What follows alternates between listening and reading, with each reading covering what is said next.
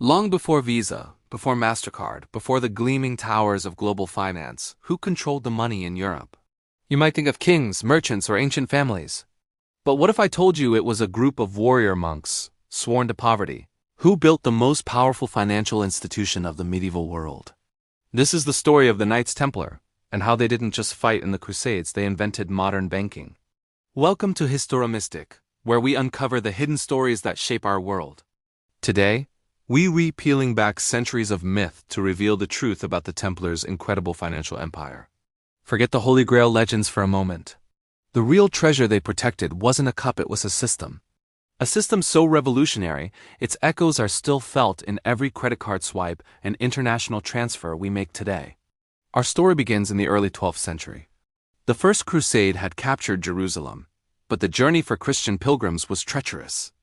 Bandits and warring factions made the roads to the Holy Land a death trap. Imagine you're a wealthy European noble. You want to make the pilgrimage, but carrying a fortune in gold and silver is like painting a target on your back. You're more likely to lose your life than to reach your destination. This is the problem a small group of 9 French knights decided to solve.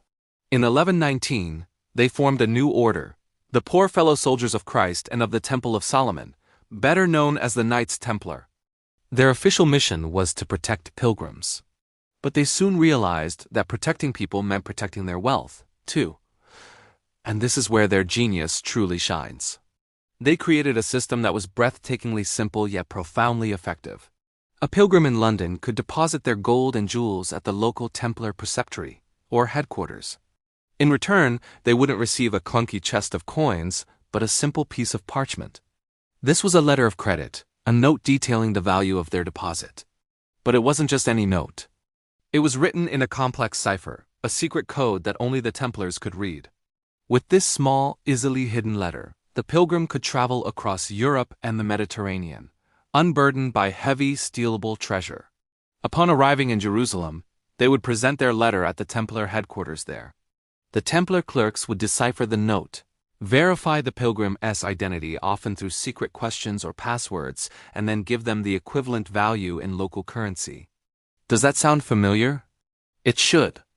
It was the world's first international money transfer service. The Templars had effectively created a medieval version of a checking account and a global ATM network, all rolled into one. There was no need to physically move gold across continents. The money stayed put. Only the promise of money traveled, secured by the Templars' reputation and their unbreakable code. This innovation alone revolutionized travel and trade. For the first time, wealth could move safely and invisibly across a dangerous world. But the Templars didn't stop there. As their network of preceptories grew spanning from Scotland to Syria, so did their financial services. They became the de facto bankers for the entire continent. If a king needed to send funds to his army on crusade, he used the Templars. If a merchant needed to pay for goods from a distant land, he used the Templars. Their system was reliable, secure, and most importantly, trusted.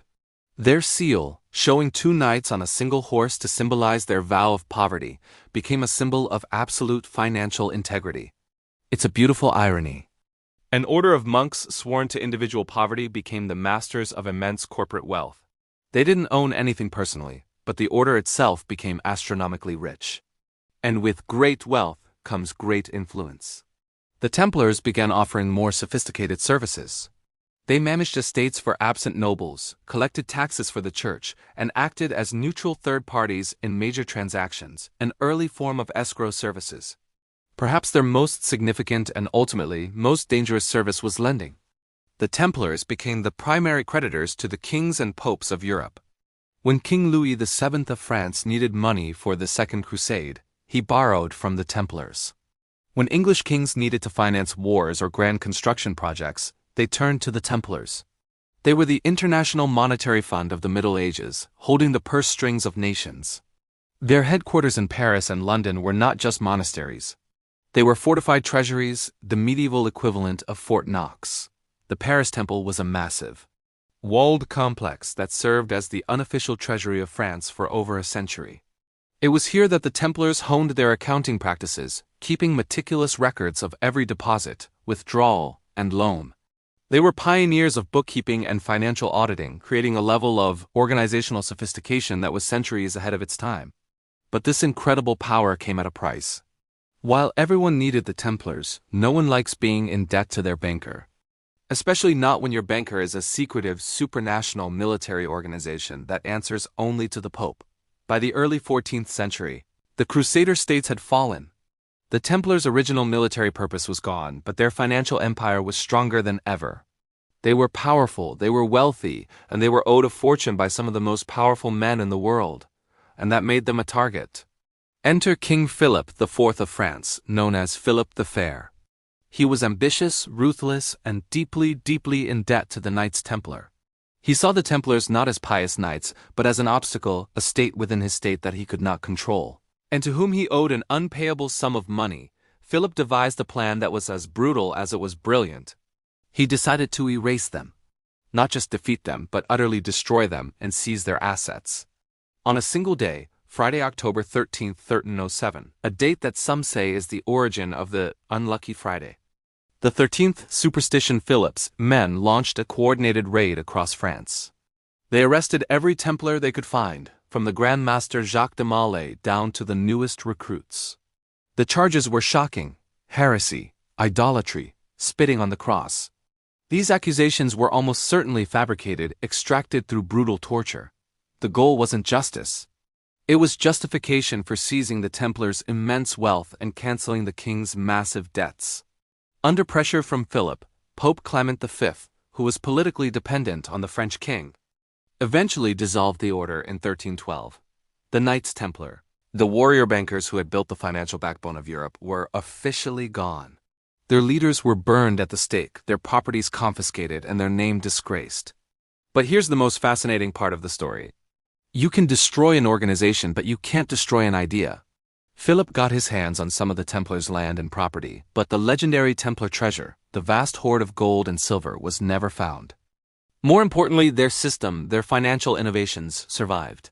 Other groups, like the Knights Hospitaller and Italian banking families like the Medici, picked up where the Templars left off. The concepts of letters of credit, international transfers, complex bookkeeping, and large-scale lending didn't disappear. They became the foundation upon which the modern financial world was built. The Italian Renaissance was financed using methods the Templars had perfected.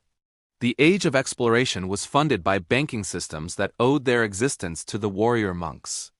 So the next time you use your credit card or transfer money to someone across the world, remember the Knights Templar. They were more than just knights in shining armor. They were the architects of a financial revolution. Their story is a powerful lesson. Empires fall and kings die, but a truly powerful system, a new way of organizing the world, can outlive its creators. Power never forgets what works. The hidden history of the Templars isn't about mythical cups or secret bloodlines.